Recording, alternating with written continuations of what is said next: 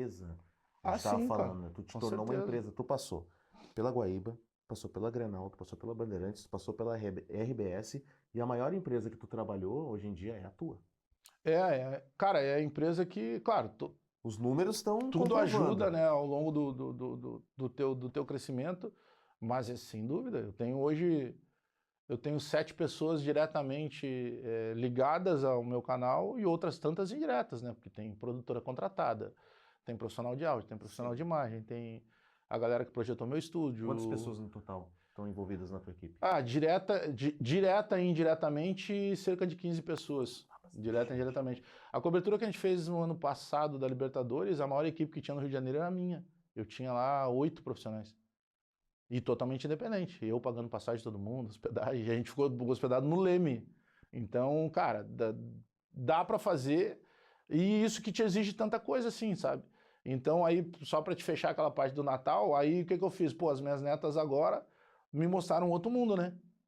Pô, chego lá, brincam e tal, vovô e tal. E aí eu disse, cara, eu vou fazer pela primeira vez uma festa de Natal, Agora né? se justifica muito. Cara, Dá pra fazer, eu né? sempre dava uma desculpa à minha mulher, sabe? Pá, vamos viajar. Pô, ela sabe já que eu não gostava Tu muito de fugia da Natal. data. Eu fugia da data. E mesmo já tendo as minhas filhas crescidas e tal. Sim. Mas mesmo assim eu já fugia, sabe? Mas aí esse ano a gente fez, até que a gente foi morar numa casa nova e tal.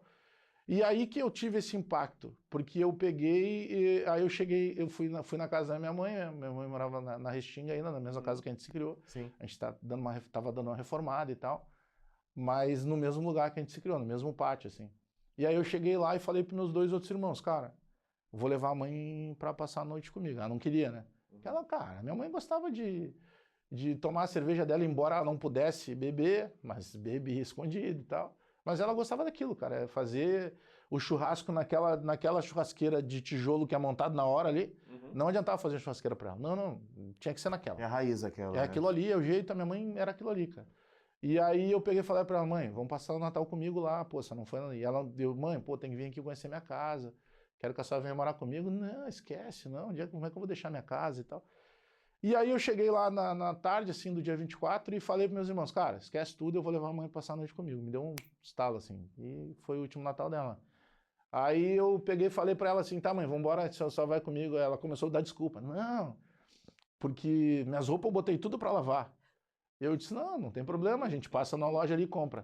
Cara, e aí foi isso que eu fiz, eu botei ela dentro do carro, eu passei numa loja que eu sempre compro as roupas dela lá na Restinga, e aí é muito louco isso. Aí ela sentou, que ela já estava um pouco debilitada, assim.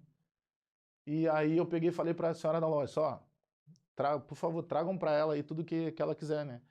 E era muito prazeroso tu ver aquilo, sabe? Eu fiquei num canto da loja olhando. É, e ela escolheu tudo que ela queria ali, das roupas, né? E aí, cara, aí a gente foi para casa, e aí de meia hora, sei lá, de 40 minutos, ela me dizia, acho que já tá na hora de eu ir embora, porque ela esquecia, né? Aí eu disse assim, não, mas você vai passar a noite comigo e tal, como assim ir embora e tal? Aí mostrei pra ela, a gente fez porque as meninas vinham, né, as minhas netas e tal, então a gente fez toda uma decoração de Natal, ainda brinquei, pedi pra fazer tudo em azul, só não põe nada de vermelho aí e tal. Ela é gremista? Ela Aí, era gremista? todo mundo Teu azul, pai cara. era gremistão Todo também, mundo né? azul. Todo mundo. E aí ela se envolvia com as meninas, né, com as gurias brincando, as gurias muito arteiras e tal. E aí eu levei ela, pô, eu achando aquilo. Porque, cara, ali eu tava dando é como se fosse uma despedida, só que depois que tu vê isso, sabe, tu não te dá, acho que tem uma coisa que já tá desenhada para acontecer. E aí a gente saiu para passear pelo condomínio, tá, porque é um lugar muito tranquilo. E aí ela começou a me contar o que ela ouvia, cara, das vozes, ó, que maluco isso. A gente nunca teve essa conversa assim.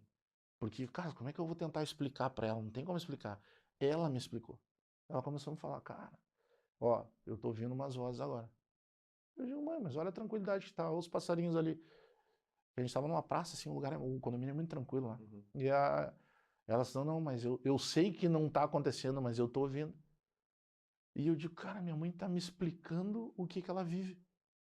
E nunca a gente teve esse tipo de conversa assim, que eu nem imaginei que uma pessoa passando por aquilo conseguisse entender. Tá. Aí a gente tá voltando pra casa, né? Eu dei uma volta na quadra e tal, que ela tava já caminhando devagarinho. Aí parei na frente e a gente fez uma foto, eu até postei isso no Instagram um dia, assim. Porque teve uma passagem, eu devia ter uns 8 anos. Cara, a gente nunca passou fome em casa, tá ligado? Mas teve um dia que não tinha nada. E a minha mãe me pegou pela mão e me levou, tem o bairro de Ipanema, ali antigamente na Zona Sul era a burguesia, morava ali, né? Os casarões, na beira da praia e tal.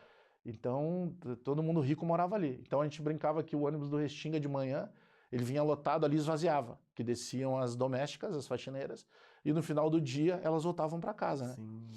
E aí, cara, minha mãe chegou e eu não entendendo nada. E na época ela pediu uma passagem emprestada para um vizinho. Eu, guri, passei por baixo da roleta e tal. E a gente chegou nesse local.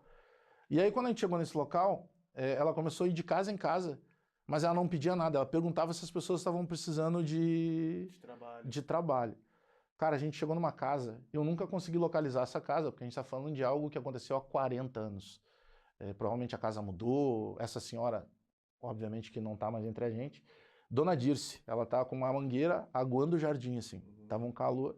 E a minha mãe chama ela e pergunta se a gente podia tomar água. E aí, cara, tem alguns anjos assim na vida da gente, né? Aí ela nos coloca pra dentro da casa, nunca tinha nos visto, eu e minha mãe. E eu me lembro que, cara, quando a gente entra na casa, a primeira coisa que eu visualizei era um piano gigante, assim. Olha que maluco isso.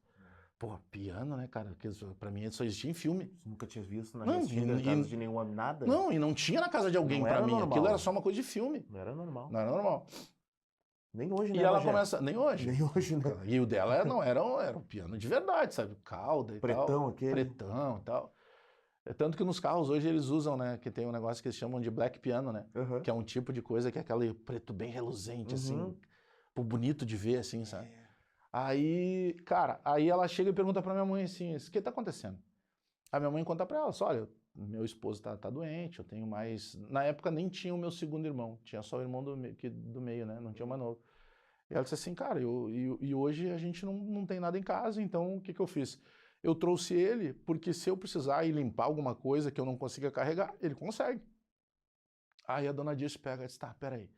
Cara, ela entra pra dentro de casa, pra dentro da parte da cozinha, assim, né? E ela volta, claro, primeiro ela nos perguntou o que a gente queria tomar. Disse, não, a gente só quer água, não serviu água gelada e tal.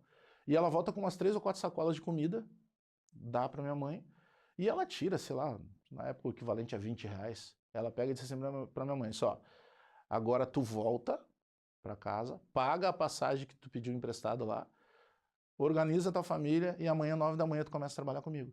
Cara, foi assim. Foi assim. Caramba. E a minha mãe volta, e olha que louco, a minha mãe volta pra lá. E aí, teve um dia que tinha alguma coisa pra fazer lá, e a minha mãe disse assim, ó, eu preciso que amanhã tu vá junto comigo, porque eu tenho uns negócios pra puxar lá e eu não vou pedir pra eles me ajudar. Eu disse, não, eu vou com a senhora. E eu vou pra lá. Quando eu chego lá, ela notou que cara, eu não conseguia tirar os olhos do piano. E ela pega e me pergunta assim, pô, eu vejo que tu tá olhando, tu gostou do piano, tu já viu alguém tocar um piano? Eu disse, só na TV. Ela disse assim, tu quer que eu toque pra ti? Eu disse, eu quero. E aí ela começa a tocar uma música, eu digo, isso é Beatles. Na cabeça dela, peraí, esses moleques estão lá dentro da vila. Como assim, Beatles? Só que eu tive um cunhado, falecido já, que ele era Beatlemaníaco. Eu tenho um sobrinho que o nome dele é Sean Lennon, que é o filho do John com a Yoko. Então, olha que maluco isso. Eu sempre fui uma esponja para absorver muitas coisas assim. Então, porque quando eu saía com o meu pai o meu pai já era encostado porque ele tinha um problema de coluna, então a gente tinha que sair muito cedo para ir para a fila do INSS lá no centro, para ele fazer as perícias e tal, ficava o dia lá. E ele sempre dizia assim, cara, decora sempre olha essas placas que tem nas esquinas e decora. Ele sempre me dizia, ó, um lado é par, o outro lado é ímpar.